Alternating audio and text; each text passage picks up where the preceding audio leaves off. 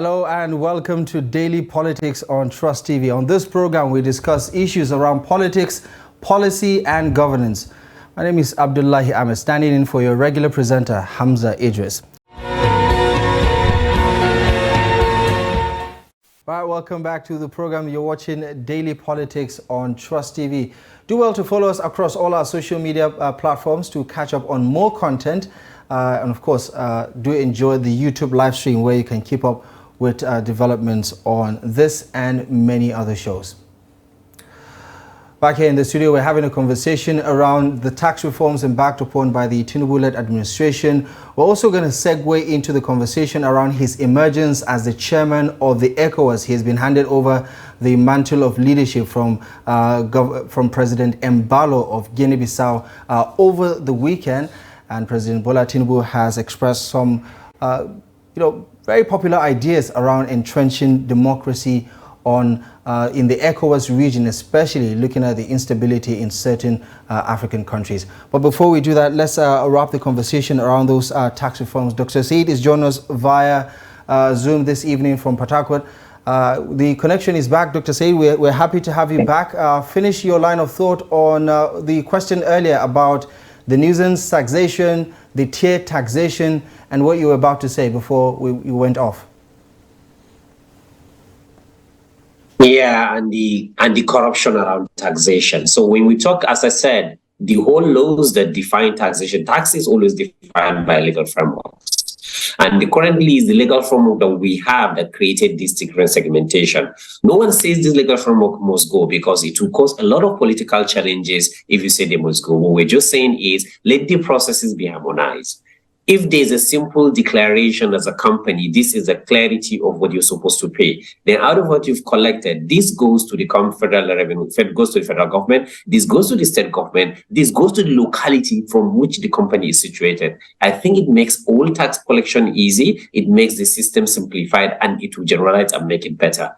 And this segregation is done by the taxes and levies approved list of collection already, which is a legal document that is even been challenged and tested in several courts so far, and it is still ongoing. That it is not valid, it is not standing, it's not a constitution. If you remember some years back, Governor Wike of Rivers State once came out and said value-added tax should not be collected by federal government, states should start collecting it. All of the challenges is going to the taxes and levies approvals of collection. So this is the time to look into that again. This is the time to take us back to the text, to the table.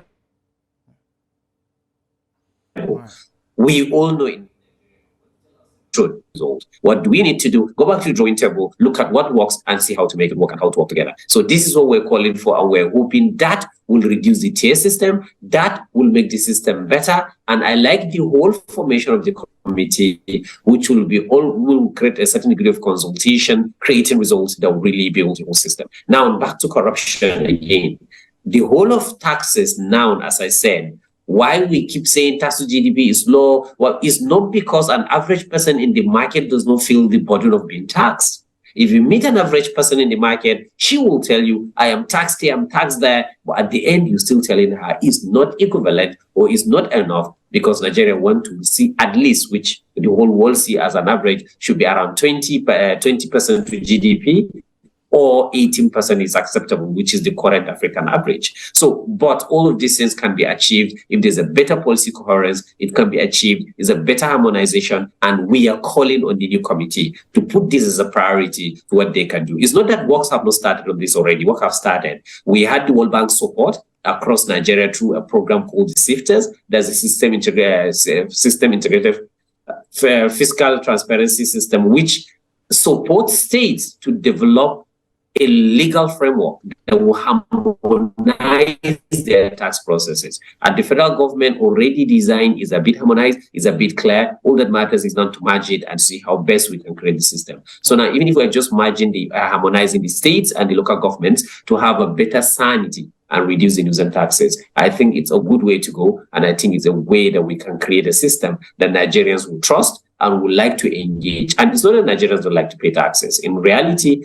everybody today, if they call you, they said, everybody contribute 2020 naira, we're going to marry off our system. Okay. Just before we segue into the ECOWAS conversation, recently, this idea or policy about car ownership taxation or certificate, certification payment of 1,000 naira that has been thrown out there has been one of those issues that has come up of late. And we know Nigerians we love our cars, but on the point of nuisance taxation or multiple taxation, I mean, as a car owner myself, I know that when it comes to paying for your appropriate, particulars, when you go to the local government office to obtain all those documents that the VIO cross-checks, whether it's your insurance, whether it's your car particulars and things like that, that is something that is encapsulated in it. But when you heard 1,000 naira for certificate of ownership for cars or taxation in that format, what comes to your mind? Isn't this just more of the nuisance taxation that we're trying to avoid? I was still trying to wrap my head around it when the news actually came out about paying an additional 1,000 naira for certificate of ownership for vehicles. At first, I think I read it as motorcycles, then I later saw as automobiles. I don't know what the intent of that process is. I'm hoping that, because at the end of the day, we're already paying a lot of money for car papers. Right. I just renewed my car papers the other day. I paid 22,500 naira to renew my car papers, and there are a host of other fees in Abuja attached to it. Yeah. Excuse me. In Abuja alone, there are a lot of cars already here. So it makes me wonder what the government intent actually is. Right. I'm gonna let you catch your breath for a moment. We're gonna go on a short break. I believe we have a lot more to unpack when we come back, especially as we consider the conversation around the ECOWAS chairmanship that President Bola Ahmed Tinubu has already taken charge of. More on this after the break.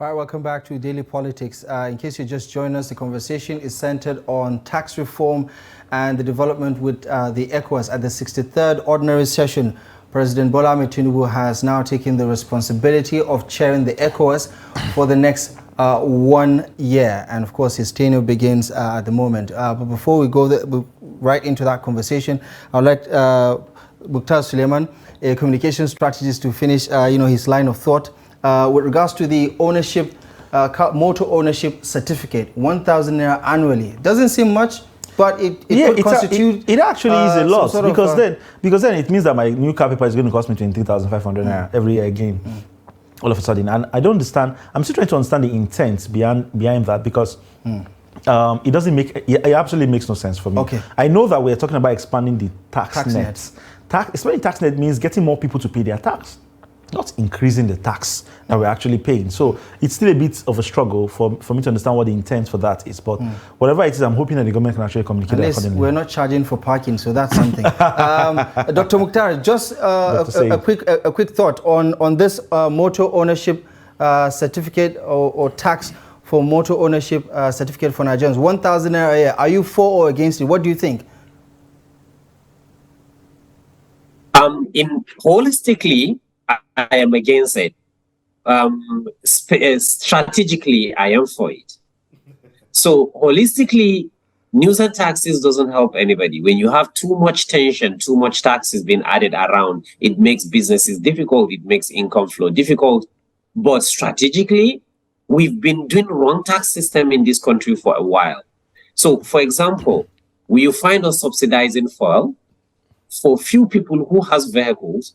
Well, in reality, the money that we spend on the subsidy, less than 1/5 of it is not spent on education or health.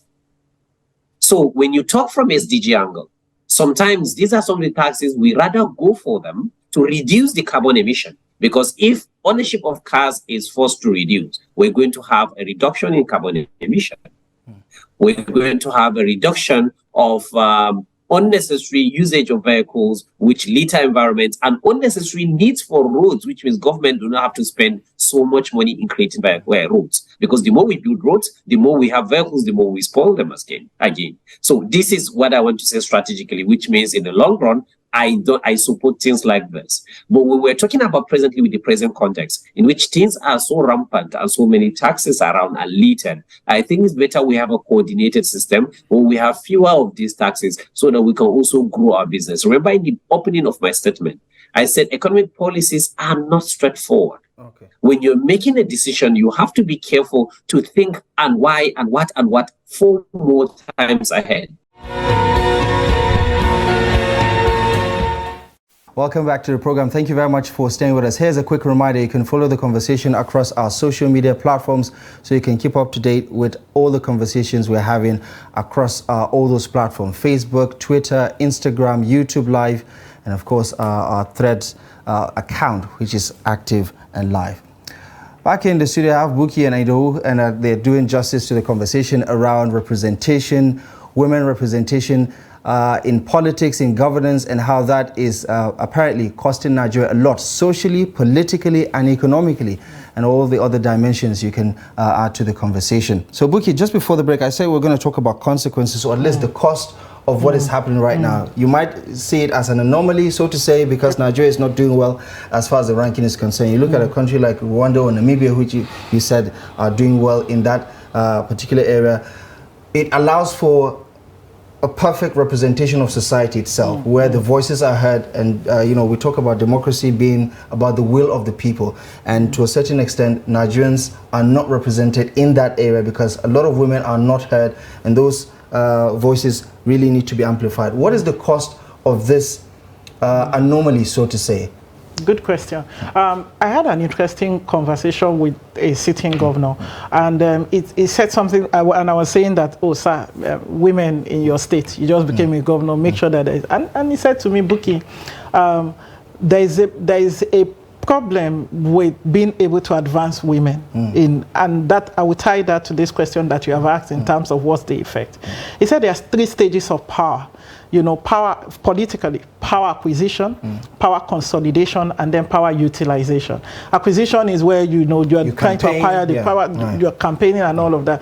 And he said what you see at the point of utilizing power, which is the third tranche of this spectrum that I just talked about is that whatever you see at utilization start from acquisition. And so when you don't have enough women from the acquisition state, by the time you are consolidating power, which is what President Tinubu is doing and other state governors, is where, okay, who takes what?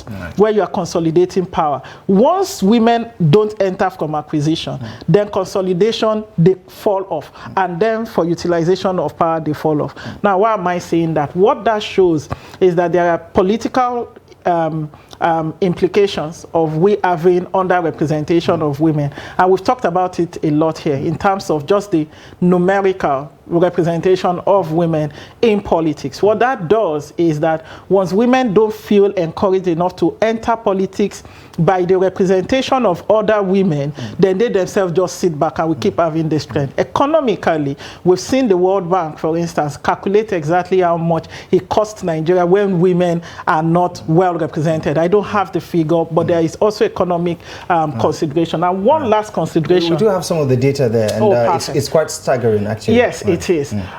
So good. So this is, for instance, at the Senate, the difference from 1999 till now, how women have been represented. But one last one that I really want to touch on before I pass it on to my colleague also is the fact that in terms of the richness of the laws and policies that we make, when we don't have adequate women representation, then we don't have the peculiar and intersecting realities of women being represented. Now, note this, that we have more women in the legislative arm, for instance, does not necessarily translate to more women-related bills, because women themselves have their own intrinsic biases. So, for instance, when we're pushing for the domestication of CEDAW, that's the Convention on the Elimination of Discrimination, of all forms of discrimination against women, there are some women we spoke with who said their religion is against, for instance, abortion, or their religion is against equal representation. We had the same problem where, since we've been pushing for the equal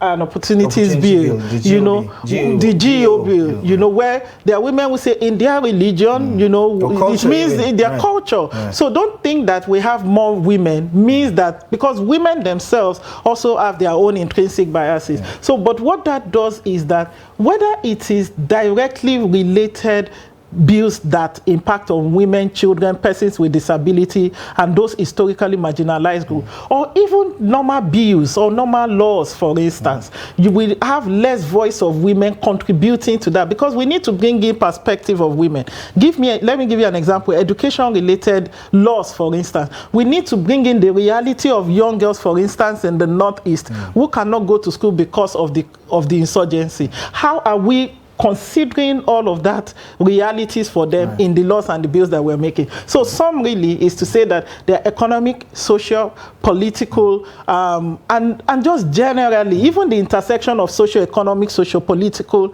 implication of we having underrepresentation of women. And you know, if we look at the situation right now, right? I mean, there are so many, you know, different polarizing views about this conversation, but one thing we can agree on is that, you know, the contribution of women politically, socially, economically in this country cannot be overemphasized, right? What are your thoughts about what is being done right now, whether it's the gender policy, because we do have some legislation that allows for that, even the affirmative action, for instance. I mean, last year, a federal high court pretty much gave an order compelling the government to do the needful as far as appointment of women in government is concerned. If you flip the conversation and you look at the political terrain, where it's perhaps guarantees an easy access for women to get into positions of power, you talk about electability, for instance, right? You have a lot of women with PVCs, and we talk about voter turnout on election day, and women have this almost perfect record as far as coming out on election day to vote. Whether it's, you know, we're talking about older women or not, it's a different conversation, but women do come out. They are the ones who are under the scorching sun. They can wait out for 5 hours until the election officials come, because they are that committed, right? And we've seen some of them on election day recently turn down the inducements and say, listen, we're going to vote for whoever we want to vote. Why doesn't that translate for more support for women as far as electability is concerned on election day? Because we did have women on election day on various political parties, but they didn't have a particularly good showing. Okay, so and I think the first thing I already mentioned that, and I think this stronger political party should start from there. Let's have like a gender responsive policy around their constitution, you know, that encourages women, and I think that is a good place to start. I already said in 2007, in 2011, you find most of these leading political party feeding more women. And for instance, now everybody was hearing about Binani contesting, but do you even know that there was another woman that contested in some other states? So we didn't even hear whether they win or not, but we didn't even hear that. So, but I think the good place to start is that we look at that political party, and at the same time, we also need a situation where we open the space of through legislation. So we need to start that. We need to revisit that issue of temporary measure again, and that alone. So what you are just saying is that this constituency allow women to contest for that. So what it means is that the best of the women will contest from that particular constituency. So, and one of the things that and you don't think that is undemocratic, because you could also constitutionally be violating the rights, the principle of discrimination. No, that is not. Yeah, because for instance, you would be, if you say this is exclusively for women, what you're also saying is no man can contest this position. So why are we now? Why are we going to unconstitutional? Yes. Why are we going to say that is unconstitutional when you say, look, position of the president in our party is exclusively for the South and not the Northern people and not the Eastern people? Is that democratic enough? So why not throw it open and say everybody? Why do you zone it? So this is another aspect of zoning. I don't also think that zoning is particularly a very good democratic tenet. I mean, it might speak to justice and fairness. Yeah, but it speaks to what? Justice and fairness. So what we are also saying is that this also speaks to justice, fairness, and equity. Because by the time you say, and like Bukola said, it's a temporary measure. One of the advantages is that now, number one, women will have been there who will have built capacity, who by the time you remove the measure, they can stand on their own, because they will have gathered experience. It also encourage them to, it also help them to be able to mentor other women. Now, it's also opening the space up for more women to come. Now, they can actually say, hey, like she said something about the cycle of the people. Some people feel politics has been a dirty game. No, but by the time you are there, you can call other women and say, hey, this is not as dirty as you think. Come in. I am here. It's safe. So you encourage, opening the space up has a whole lot to do. And then lastly, in terms of the advantage, do you know there was a report that said Nigeria, that said, look, when you have achieved and I'm quoting UN statistics now, that when you achieve gender equality,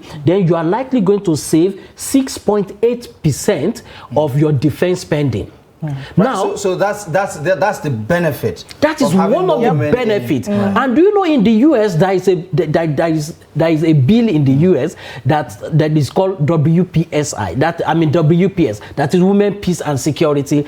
Bill, and that talks about even among there is supposed to be a quota of women among the foreign diplomats, and that is and you keep asking yourself, why do we even have most of these foreign diplomats? Some of them are women, and they confer and because you see, we have a lot of benefits. If you want, I just mentioned one now, and we can go into, in fact, there is one UNDP research that talks about the sub-Saharan African is losing $75 billion. You know, that's a lot, because we are not achieving gender parity. So, and that is what we need to begin to look at. Now Buki, in talking about what we're missing out, clearly that's one way to look at it, right? But what are other countries enjoying from their own relatively fair, balanced governance system that allows for men and women to coexist on the decision table to come up with policies and programs of government. What are we missing out on? What are some of these countries that have a much better rating? What are they benefiting from that type of representation? So, so first, let me quickly say that. So the point you made about the possible constitutional discrimination if we have such kind of measure, just to say that at the international law level, the Human Rights Committee, in deciding on international equality law, have been able to establish that temporary special measure is not discriminatory, whether it is constitutionalized or not. So I bet if I go to the Nigerian courts, they would definitely say something else. Funny enough, I was just studying on that just yesterday. But just to quickly say that, so when countries that have had good representation, that have proportionate representation of women, enjoy all of the benefit or the converse of the things that we have been talking about. One of the data that we are currently collecting at Invictus Africa is to collect the data on the number of girls that are represented as prefects in schools. All right, welcome back to the program. You're watching Daily Politics on Trust TV. Here's a quick reminder: you can catch up with all our content across social media. For more content across Facebook, Twitter, Instagram, and YouTube live stream. Well, the conversation is centered on Nigeria's living condition crisis, how the inflation rate is going up and upwards without any sort of government intervention so far, especially following the removal of subsidy in the beginning, since the beginning of the new administration led by Bola Ahmed Tinubu. We have been in conversation with the former national coordinator of the National Social Investment Program, Dr. Umar Bindir, who has been helping us unpack some of the issues here as we try to understand what is really at the heart of the problem, especially as the new administration is trying to prefer solutions to an already well-known problem in Nigeria, largely poverty, unemployment, and all the other socioeconomic issues that need to be addressed. Doctor, what sort of realignment do we need at this point? The president is asking for money. Nigerians are still eagerly anticipating it. He had a meeting with the National Executive Council. The governors were there. He charged them to do the needful. As you did point out earlier, some governments are trying to, on their own, at their own subnational level, trying to address certain issues. I think the River State Governor, Governor Fubara, just this day inaugurated free transportation scheme in River State, and I'm aware that some governors are doing their own bit. What sort of realignment do we need at this point, based on your wealth of experience from trying to address this same problem that has remained undefeated? And I must stress that. What do we need to do at this point? Because it appears to be a watershed moment where subsidy is finally removed, because itself has been an issue for a very long time. What sort of realignment do we need at this point so we can tackle these monsters of problems headlong? Well, to me, we elect our leaders to lead as well. Concentrating and calling the president's name only all the time is one of the problems. This country has 36 states and the FCT. Every state has a governor. Probably each governor is trying to form his own executive council. Each government there has got a local government. That's the third tier. Each one have their own assembly, which is the wards council, and so on and so forth. It would be nice. President Tinubu has taken a 500 billion naira request. It would be nice to hear in the states governors taking their plan also to solve this problem in their state, even if it is 50 billion, even if it is 10 billion. So that now 10 billion times 36, 360 billion, because what the federal government is doing literally is just complementary. Is this a money issue? Is this a money problem? Well, as far as fighting poverty is concerned, the intention, are we saying that there is no other way to address this issue other than throw money at it? Well, the thing is, let me give you an example. I just came back from Niger State. His Excellency, the governor of Niger State, called some of us and says that I know whatever I do in this state, if I don't tackle the community kind of security challenges, I will continue to have problems. So what do we do? You see, he has a plan. and we sat down, we brainstormed, and we brought in all the traditional leaders so that the political leadership and the traditional leadership, all based on territorial control, can come together and brainstorm. This is it. But for you, even if you are putting people in a hall over 2 days, you need money to feed them. You need money to give them. So money is very, very important in this, because nobody... No, but I'm saying, is it the main factor here? Because it appears that there is a dysfunction even when it comes to execution, for instance. Because we're talking about monitoring and evaluation mechanisms that have been implemented or that are part of this programs. I remember the former minister of the ministry talking about saboteurs within the system. You have independent monitors who are not doing their job, people inflating the figures of some of these commodities and so on and so forth. So it's clearly not just a resource problem. There is also a problem with the execution, right? And how much emphasis should we put on that? Well, I think every request for resources has behind the scene the concept, the details of implementation. The only thing is that the money, the approval to appropriate and spend is the responsibility of the legislature. That is why you see money. But I'm sure when you drag back to the executive, you'll find a booklet of this nature, the plan, the timelines, the expected outcomes, and so on and so forth. So, but certainly, yes, you are right. The capacity to specially look at this is actually in short supply. I know. You know, this poverty solving, designing things, going to go and implement it, measure the impact and so on, it's not an easy matter. It's a very, very highly technical thing. Most people think you pick a university professor from university, or you bring some diaspora character and then you give him assignment thinking he knows everything. That has not been able to succeed. It needs you to gradually build capacity, hands-on capacity.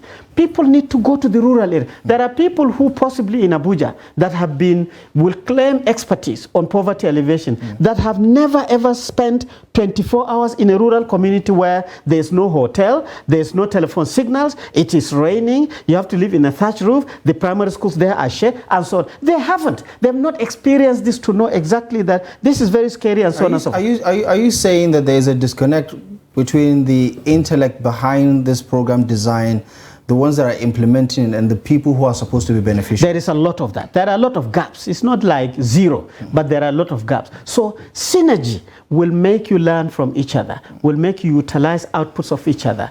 The states and the local governments must be at the same level to understand what is happening. So I suggest that more interaction of the Economic Council and the Governors Forum to discuss this issue, so that if it is resources, you will see the resources flowing. If it is expertise, you will see the sharing and utilizing. Don't forget, you have other institutions that have been there for ages. You have SMEDAN that is looking at the small and medium enterprise. How do you form them? How do they function? And so you have NDE who is looking at employment in different forms. You have ITF that are looking industrial training and so on and so forth. And so many of these. You get what I'm saying? Pardon the interruption. We started with that report, and I think we're just going to go and hear some of the soundbite with regards to those loans that were given out to small and medium enterprises across the country just over 2 years ago, and how the Senate is looking into that matter because of the disproportionate disbursement of some of those funds. We'll be back in a moment to double down on the conversation. Take a look. During Wednesday's plenary, Senator Ndume raised the motion once again, prompting a divided debate on the matter, while some lawmakers insisted that the disbursement was not favorable to some regions. Others reminded them that the loan had criteria to be met. They have what they call participating financial institutions, that is microfinance banks. So far, the bank is using about 64 of them, out of which 60 are in Lagos. 4 only are spread around the other 35 states in the country. If Senator Ali Ndume felt so bad about this, then let's go ahead and set up another ad hoc committee to give it a second look, and looking at all these criteria that has been set or put in place by this development bank, and see if the region or all the regions in this country has been given a fair hearing in terms of access to this loan. The area we are supposed to look at now is the criteria. But as I'm talking to you, 66% of these funds have been paid back. And the bank is only basically basing their criteria on the basis that you'll be able to repay this loan so that it will be an evolving loan. So this is basically the issue. According to them, the requirements were not met by some geopolitical zones. And with the further explanation that the bank in question is owned by various international agencies, including the IFC, and it's not a wholly owned Nigerian bank. So it's business. They may want to set their own criteria. And so the criteria for the states that are outside Lagos may not be able to meet the criteria. And somebody also said that they were very interested in the collateral. And so if the collateral is located where they feel they cannot reach, if there was a breach, they may not accept. The Senate therefore resolved to take another look at the matter and report back in 4 weeks.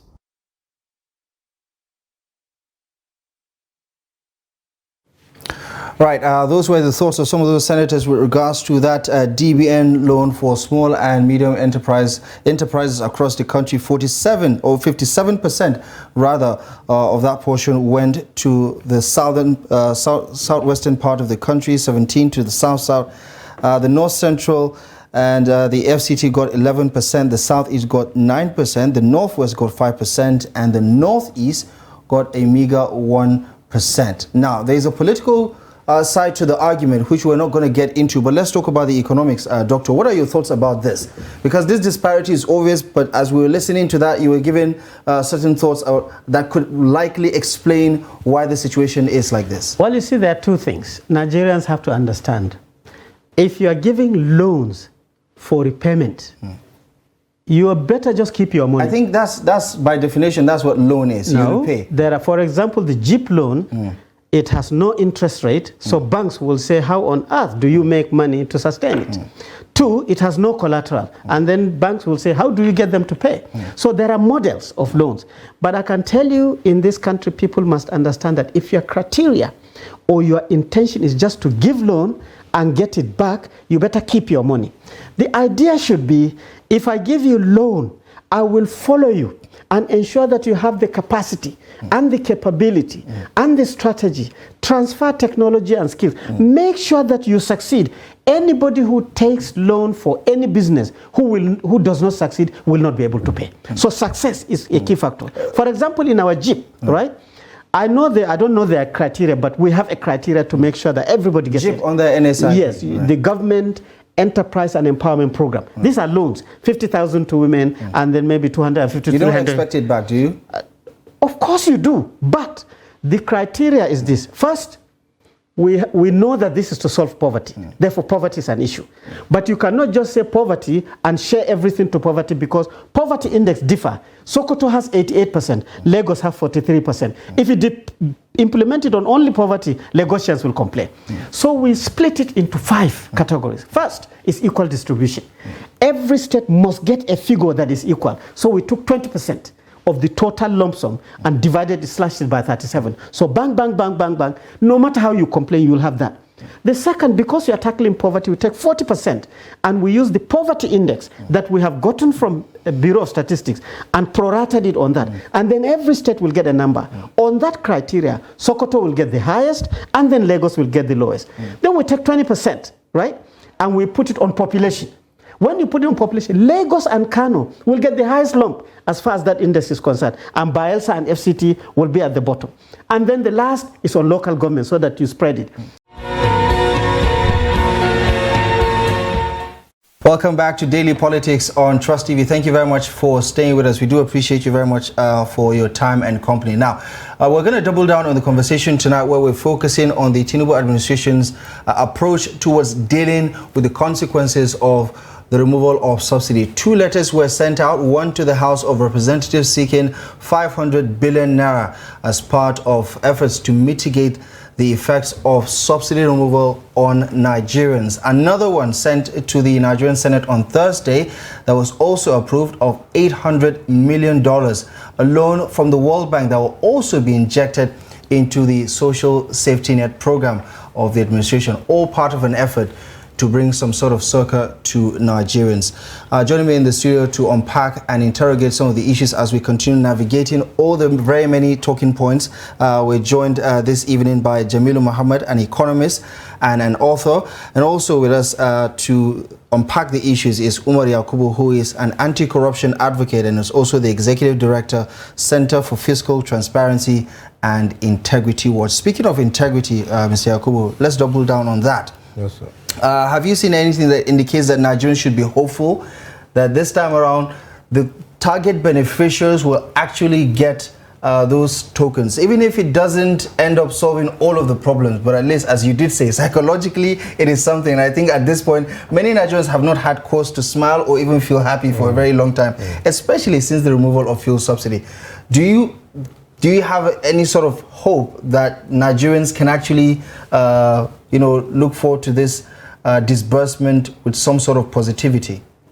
Yeah, if you look at most comments that have been made on that register, if you listen to the government people, they will tell you it was a register developed by government and supported by the World Bank, hence it is credible.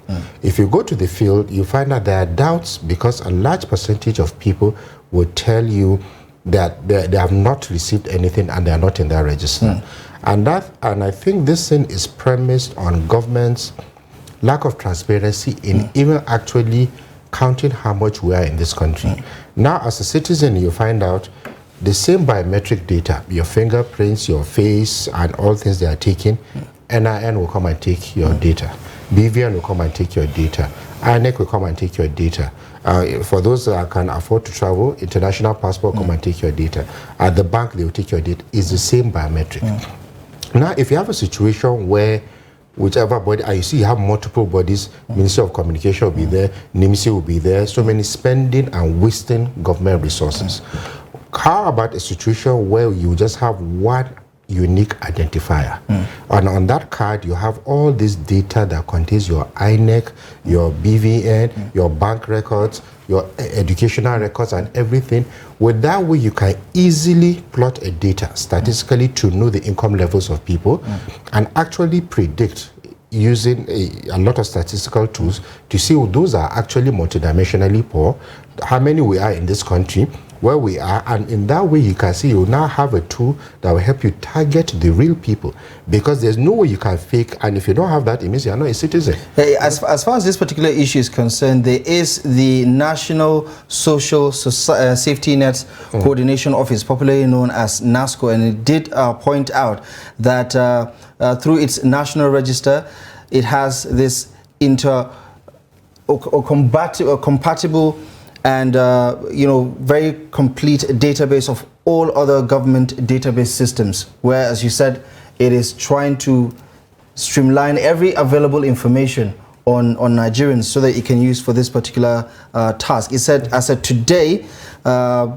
was last year, as of September last year, the number of PVHAs, that's the mapping for different households, that's poor and vulnerable households in the country. It stands at 12.8 million, or rather 12,828,134, and there are 52.8 million individuals covering about 128,249 communities across 8,000 wards in 737 local governments. So just 37 local governments have not been covered as far as the social register database is concerned. And of course, this is not to say that they've captured every poor, vulnerable Nigerian in the country. But do you feel that we can depend on this social register? Because it does appear that this is what the Tinubu administration is doing to count on the credibility and integrity of this register to go ahead and roll out these funds to the Nigerians captured on this database. Well, I think transparency is key to this issue. As my colleague here has said, I think the government has been less than transparent on this issue. If the government wants to be transparent, maybe the government would have to involve civil society organizations as representatives of the general different communities. in the country. That will give it a bit of credibility. Otherwise, I think everything of it there is suspicious. The only thing giving Nigerians solace there is that fact of psychological dependence on what government says that is available there. Apart from that psychology that the government is doing something, I don't think out of this register we are likely going to get something. As you have said, why can't you kind of integrate the different databases we have? We have so many different databases. Well, I think this is what NASCO as an organization or as an agency is saying, that they have mopped up all the necessary information to cover all bases. We still put a question mark on the credibility of this register, these figures. I think there's a lot of question marks there. Okay. What happens after 6 months in your economic viewpoint? What happens after 6 months? Are we saying that life is going to be somewhat back to normal, where Nigerians can afford whatever happens after 6 months? What are your thoughts about that? This is not a 6 months program. I don't think the problem Nigerians are in is a 6 months program, except if by the design of the current emergency declared on food security. If the program is robust, then I would think that after 6 months, food inflation would come down possibly by around, say, 20-something to 30%, possibly. But I doubt if that will reach up to 50%. But you think this is adequate first aid enough to cushion something? In principle, yes. Again? Yes. But in reality? In reality, I still have my doubts. Yes, because in the past, you see, there's a key issue in Nigeria that in most analysis we don't put it. In my own analysis, whenever I make even economic analysis, whenever I give figures, there is an index I always include: corruption. Corruption is a key index in our system. And the problem with corruption is we do not have adequate data to speak on the amount of corruption endemic in the system. Now, we give it an X. I think academics would have to go in and start doing their calculations and then tell us the amount of corruption in the system. But definitely, whenever we do, we shy away from this. But corruption is key. How much of this program that is being deployed, how much of it would be consumed by corruption? I think that is key, unless we know that, because corruption now distorts the many distortions we have in our economic system. The larger part of the distortion is linked to corruption. Okay.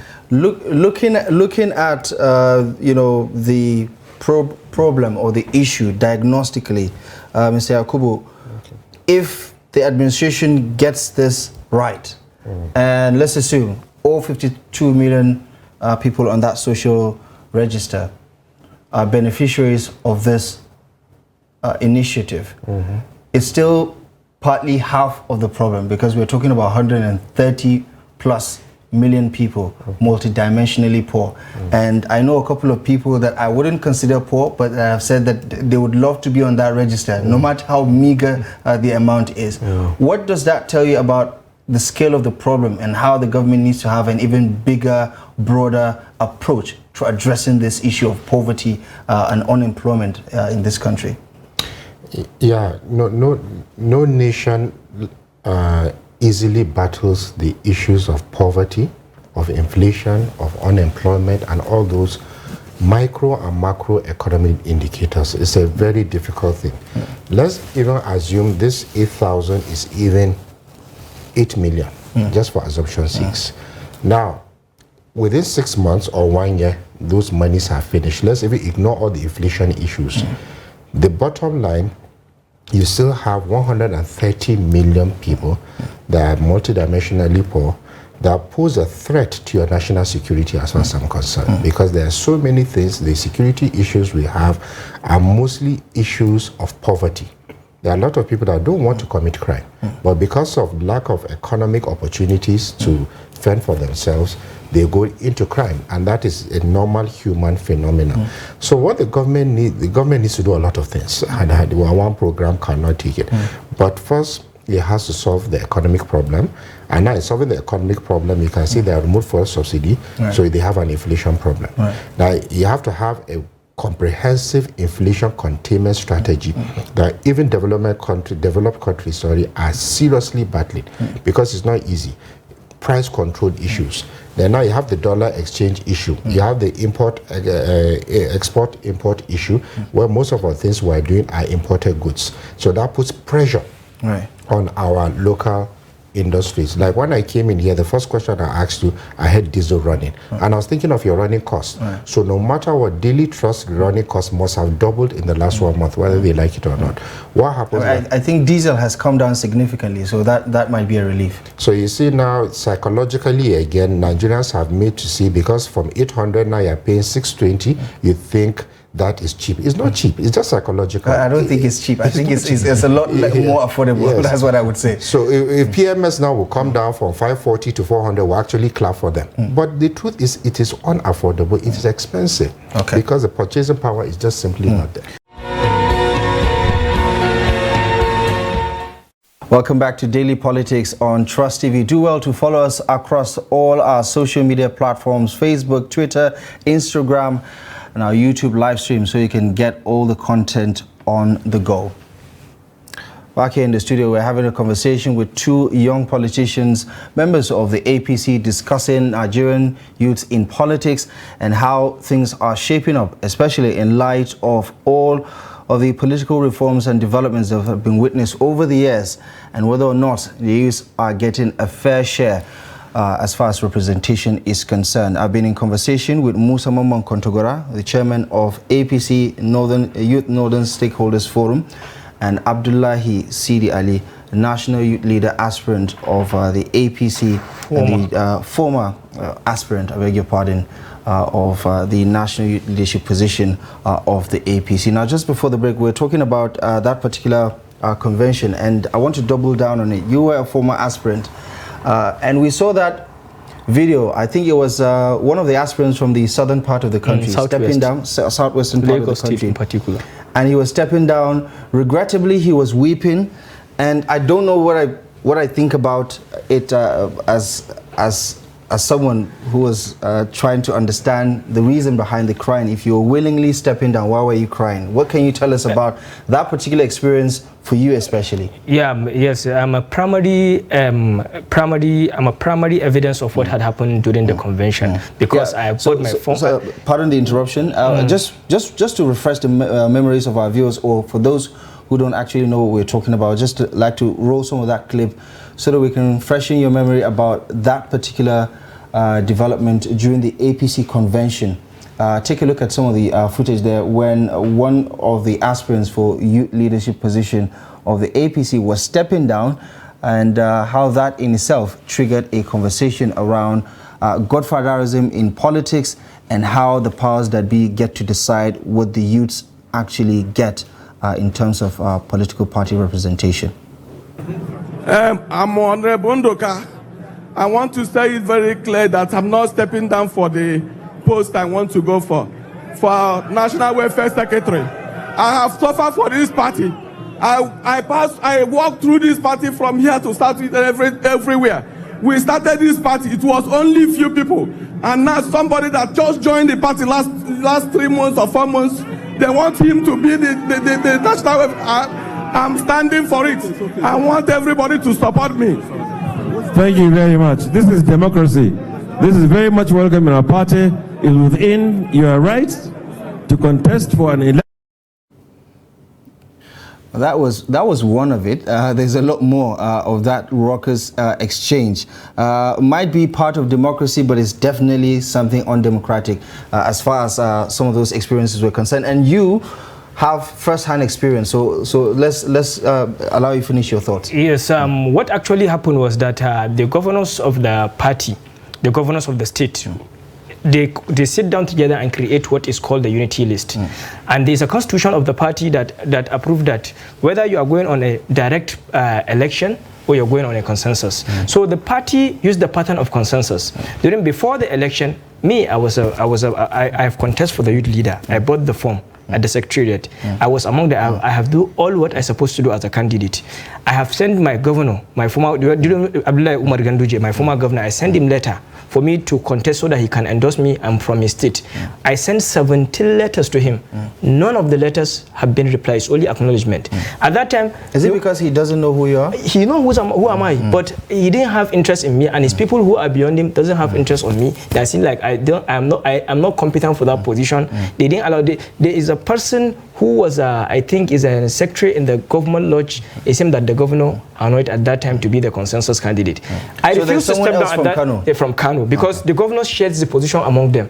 For Jigawa, they give the national organization. Jigawa was taking a national financial secretary. Nasarawa was given national chairman. You see that Kebbi was given Argungun national organizing secretary. You see, all these positions were shared by the governors. So they will nominate one person from the state as their consensus candidate. It's what they call unity list. They will pass it from there. You will sign. So definitely, automatically, we are not going based on election. It's only based on the governor's choice. So at that time, what we believe, because me from the beginning, I did not believe about consensus. I believe that democracy must play her own role. We are in a democratic arena. I believe about that. I say we must go to the election box. We must go for the ballot papers. My governor called me.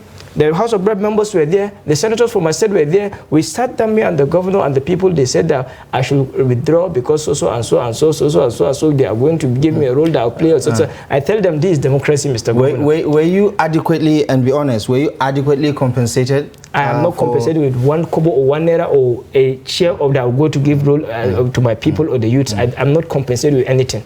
I was just an aspirant. What did you lose outside of being given an opportunity to contest? I just lose the, how can I even say, I will just lose my popularity, and my people that have hope on me. They will decide, I think I lose them because they have hope on me. They are thinking that if I get the position, I'll play a vital role to promote them. So that's what I lose. I can say my role that I'm supposed to play to promote the youth, that's what I lose. So as I'm telling you, the governors share the chair among them. So some places they have already settled for the consensus without any rancor. No, there's some, maybe there's condition we couldn't know what the outcome was, but it's within them and their governors. Some were forced to withdraw from the contest, which is totally wrong.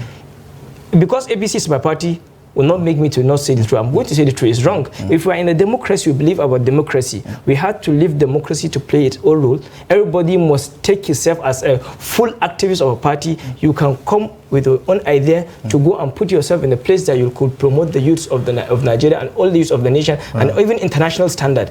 So I see no reason, because I didn't believe in consensus. I totally don't believe in consensus. Musa Mohammed, let's talk about how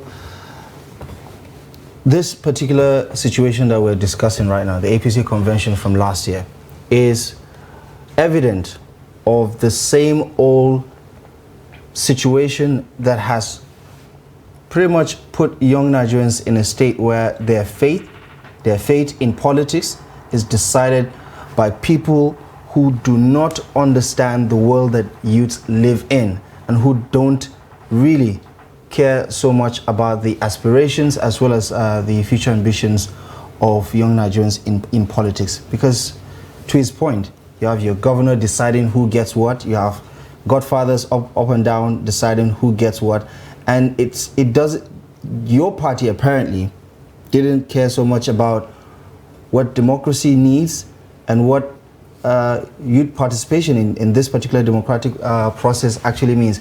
What do you think are some of the lessons that your party can learn from that experience? Because I have a feeling that as a result of that back and forth, you might have lost some goodwill from even members of your own party. Yes, of course, I lost a lot of goodwills. The reality of it is, if we really want to get things right, the mistake was made by the former president of Nigeria, President Muhammadu Buhari. He imposed the party to select someone that had not rally round the 36 states to get the idea of the party men, to get the idea of the party before becoming the national party chairman. I was an in-house member in all the activities that have been done. Are you talking about the current chairman? The current chairman. The way he was brought in is very wrong. Since we're in a government of democracy, and APC claimed to be what? All Progressive Congress.